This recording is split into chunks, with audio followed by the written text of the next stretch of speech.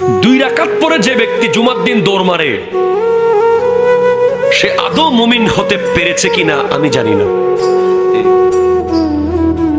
যে ব্যক্তি সুন্নাত না পড়ে, নফল না পড়ে, কোনো মতে ফরজ পড়ে চালিয়ে দেয়, সে আদৌ মুমিন কতটুকু আমি বলতে পারবো না। কারণ মুমিন সে যে হৃদয় দিয়ে নামাজ পড়ে। নামাজ না পড়লে তার কথা তো বহু দূর। তাকে নিয়ে কথা বলার মতো ভাষা আমার না, এতটুকু বলবো, বেনামাজি মারা গেলে কবরস্থানের মাটি পর্যন্ত বদদোয়া করে যেন সে এই কবরে না আসে। কবরস্থানের মাটি আল্লাহর কাছে চায় এই লাশ এই কবরে না আসে, কারণ তার উপরে এমন আযাব হবে কবরের মাটি পর্যন্ত কষ্ট পাবে।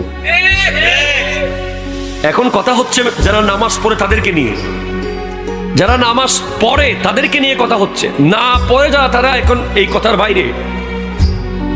যারা পড়ে তাদের ভিতরে অনেক মানুষ আছে, দেখবেন আপনি জুমার দিন, আপনি দেখবেন জুমার দিন কিছু মানুষকে দেখবেন এলাকার খুব গণ্যমান্য ব্যক্তি এমনি ফুটবল খেলা 90 মিনিট দেখতে পারে, এরপর যদি গোল না হয় আবার আধা ঘন্টা এক্সট্রা টাইম, এরপরও যদি না হয় আবার 15 মিনিট টাই ব্রেকার।